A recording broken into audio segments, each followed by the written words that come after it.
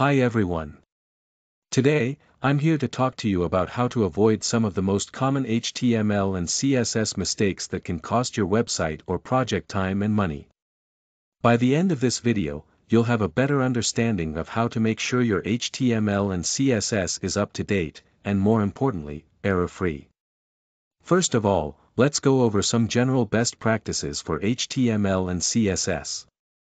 Make sure your HTML code is following web standards for syntax and structure. This includes using tags correctly and using names that make sense for your project.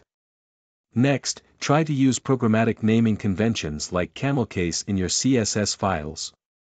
This way, it's easy for both you and other developers to understand the code. It will also help keep your code organized.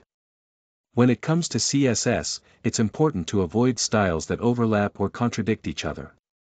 This can lead to very unpredictable results when it comes to formatting your page.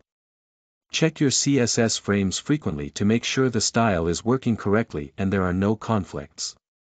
Finally, when writing HTML and CSS, don't neglect browser compatibility.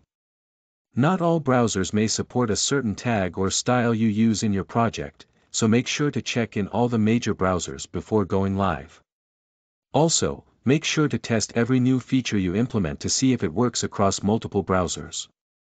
I hope this video provided you with some insight into avoiding common HTML and CSS mistakes.